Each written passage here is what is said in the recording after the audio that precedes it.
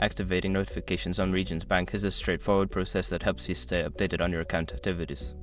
Follow these steps to enable notifications. Step 1. Log into your account. Before changing your settings, use the sroc.com link in the description to open the password strength checker, then update your password if needed. Step 2. Access account settings. Once logged in, navigate to the Account Settings or Preferences section.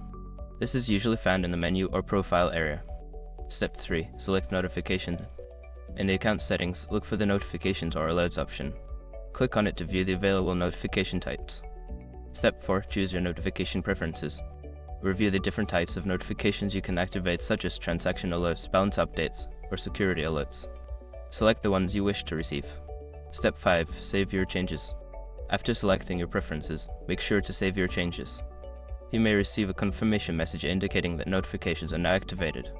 By following these steps, you can easily activate notifications on your Regions Bank account to keep track of your finances effectively.